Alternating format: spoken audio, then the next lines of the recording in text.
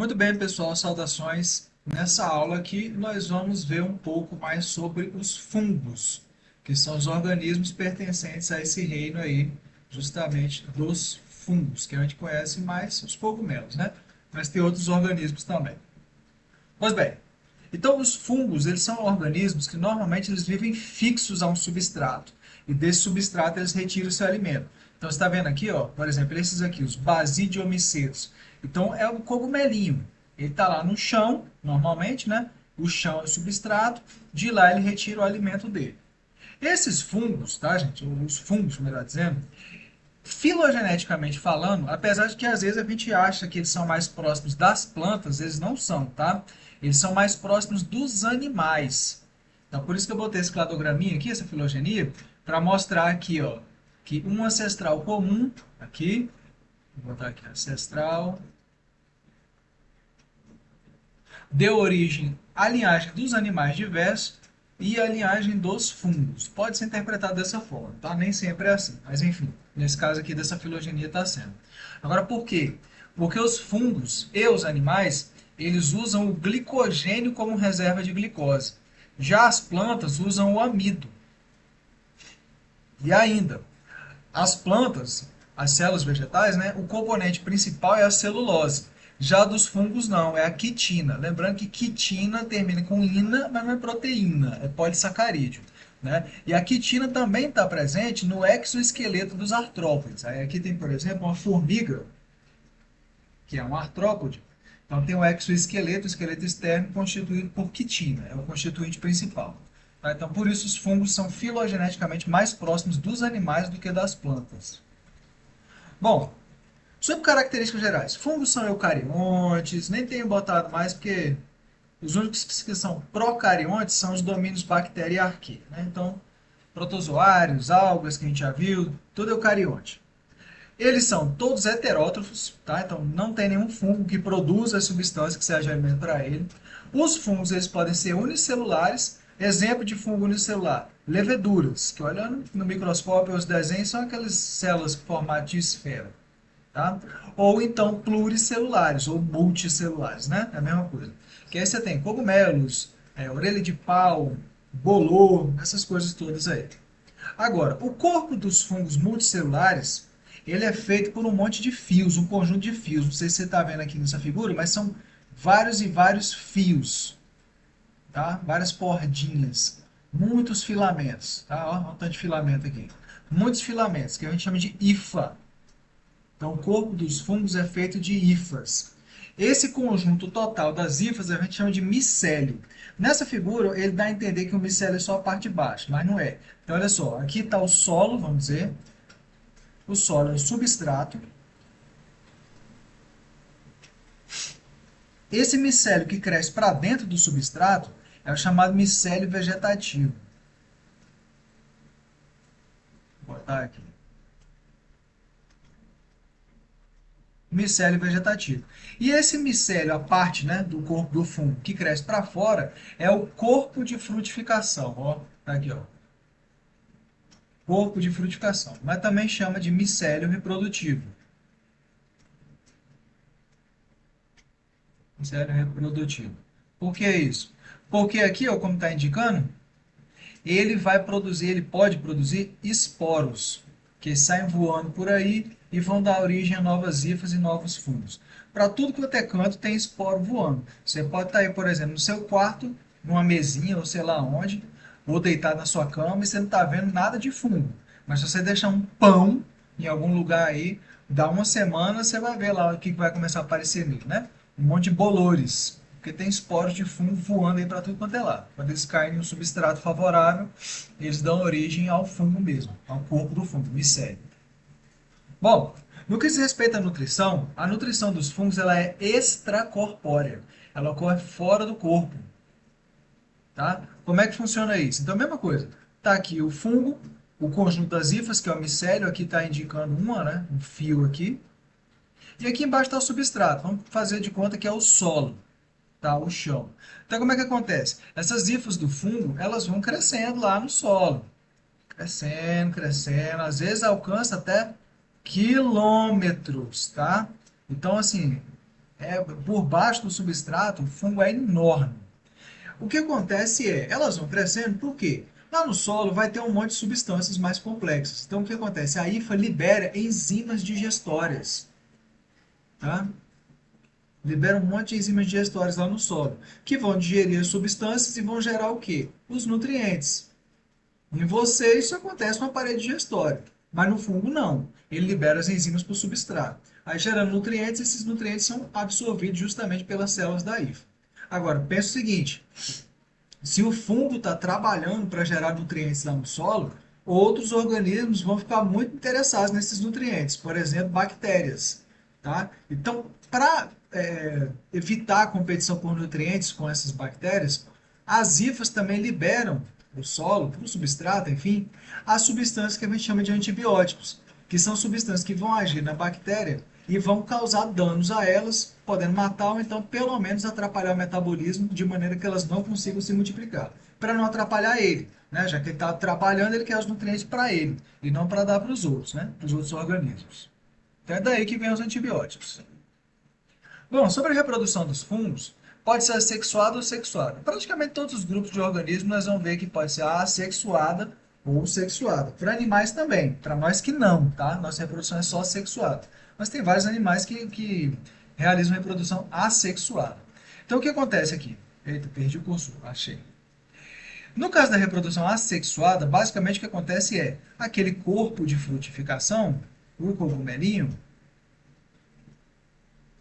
ele libera esporos no meio, tá? Aqui está mostrando os esporinhos, né? Esses esporos vão germinar e vão dar origem às novas hifas, né? Que vão constituir os novos micélios. Detalhe, haploides. Então, assim, na maior parte do tempo, o fungo ele é haploide, tá? O que acontece? Na reprodução sexuada, ocorre fusão de células de hifas. Então, olha só, ocorre essa fusão aqui.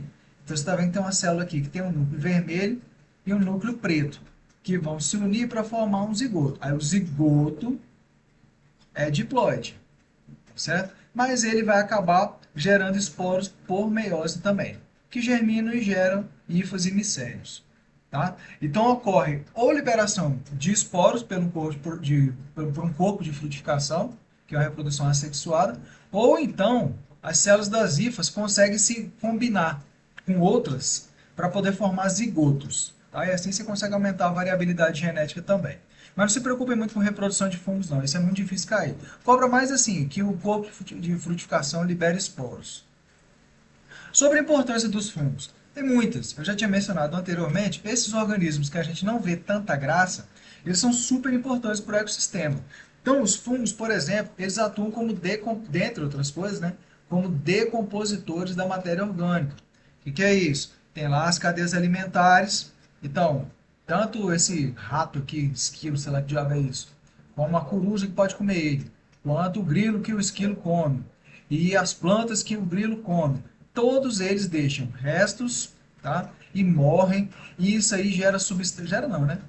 Deixa no ambiente substâncias complexas, proteínas, ácidos nucleicos e tal.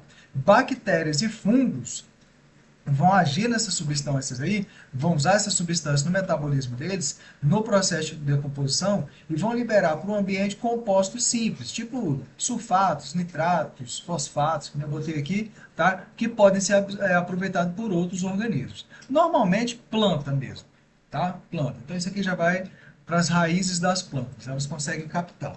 Agora, veja, o fungo está lá no solo e acaba liberando isso aqui para o solo. Aí a raiz da planta que tem que ir atrás de encontrar isso. Você não acha que seria uma boa ideia o fungo se associar com a raiz da planta e já liberar isso direto lá? Você acha e a natureza também. Porque o que acontece? Os fungos eles podem formar associações simbióticas com outros organismos. Então, um a gente já viu, que são os líquens. Tem vários tipos de líquens, tá? Dependendo da espécie de alga e da espécie de fungo. Que são associações entre algas e fungos, que é o que a gente vê mais normalmente nos troncos das árvores, né? Esse negócio meio acinzentado. Então, o que acontece? A alga é autótrofa, fotossintética, produz por fotossíntese substâncias orgânicas para o fungo, que por sua vez provê para a alga um ambiente que é úmido para ela conseguir sobreviver evitar a perda de água, né? E também oferece essas substâncias simples aí, esses compostos simples para elas. Esse aqui é super importante, tá?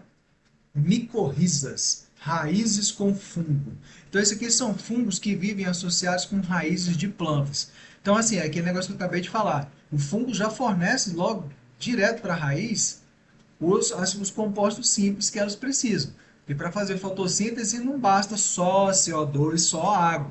Porque os compostos orgânicos, né, os compostos que tem nos seres vivos, tem vários outros elementos. Enxofre, fósforo, nitrogênio, então isso aí tem que ser absorvido do solo. Se o fungo já entrega direto, ó, aqui está mostrando só fósforo na figurinha e nitrogênio. Tá? Mas se o fungo já entrega direto para a planta, melhor para a planta. Inclusive, se acredita que graças a isso, aliás, graças a isso não, isso aí facilitou muito a conquista do ambiente terrestre pelas plantas. Em plantações por aí onde o solo fica estéril, sem fungos, as plantas não se desenvolvem tão bem quanto em solos onde já tinha fungos. Tá? Então, por conta disso, esses organismos que formam essas associações aí podem ser os pioneiros de uma sucessão ecológica. Começar, tá? O processo aí vai modificando o solo e aí de maneira que isso vai permitindo o estabelecimento de outros organismos lá. Bom, essas micorrizas também facilitam a comunicação entre as plantas. É como se fosse a internet com fios do mundo subterrâneo, tá? Tem um monte de plantas aqui nessa figura. E de vermelhinho aqui, ó, essa figura que eu tô.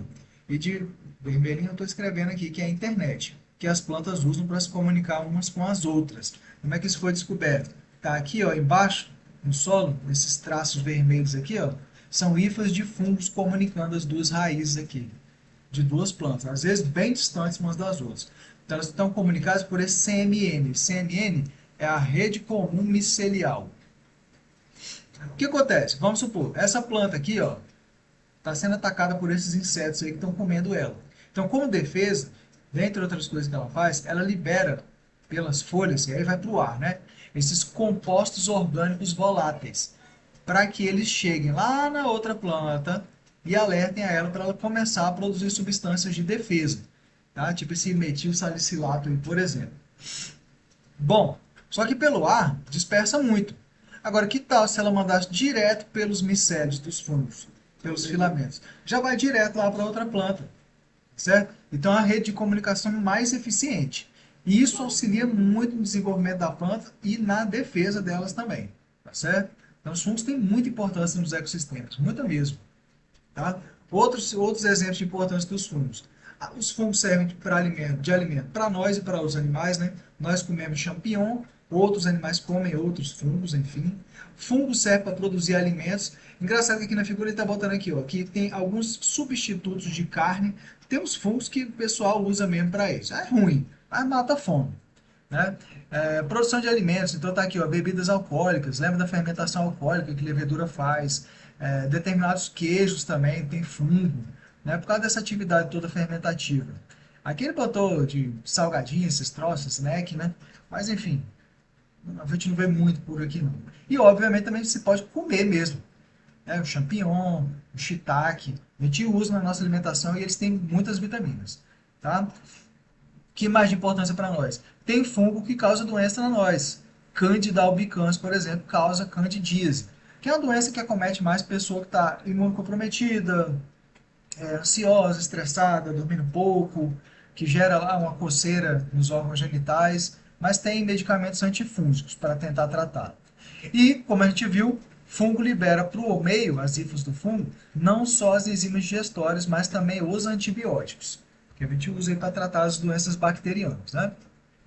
Sobre classificação, gente, a classificação dos fungos é uma bagunça, porque tem muitas propostas diferentes para classificar os fungos, com muitos grupos taxonômicos diferentes. Se não me engano, o nosso livro ele só mostra três principais: zigomicetos, ascomicetos e basidiomicetos. Mas tem vários outros, inclusive vários outros além desse aqui que eu botei. Então tem esses citridiomicetos, que são aquáticos, apresentam flagelos. Deuteromicetos, que é a categoria de conveniência, são fungos sem classificação definida. Basidiomicetos, esse aqui, são os cogumelos, tá? Basicamente. Aí tem cogumelo comestível, tem muito cogumelo que produz toxina, tem cogumelo que produz substância alucinógena, né? Formam micorrizas. Ascomicetes é o grupo mais diverso. Então aqui você tem, por exemplo, as leveduras, que são unicelulares. Trufa, a trufa não é o chocolate não, tá, gente? O pessoal é que acha aquele chocolate lá com um aspecto parecido com o fungo trufa, tá? Então aqui tem muita variabilidade, dá para produzir um monte de coisa a partir desses fungos aí, tá? Tem esse exemplo aqui, ó, esse Clavíceps púrpura, que ele cresce em grão de centeio e produz substâncias que a partir daí a gente consegue produzir a dietilamina do ácido lisérgico, o LSD, que é droga alucinógena. Tá? Essas drogas alucinógenas aí, elas têm um aspecto, vamos dizer assim, positivo também, porque serve para tratar algumas doenças no âmbito psiquiátrico, tá? Porque o alucinógeno ele não causa dependência, não vicia não. Só dá aquela experiência maluca que eu não sei nem o que que é. Bom, e zigomicetos também, que tem aqui um monte que dá para usar, por exemplo, para produzir molho de soja, medicamentos e por aí vai. Tá certo? Então é isso aí, pessoal. Bons estudos para vocês e até a próxima.